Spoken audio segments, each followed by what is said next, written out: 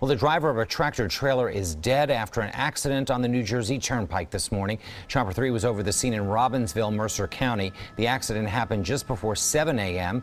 Police say the tractor trailer overturned and flipped into an embankment.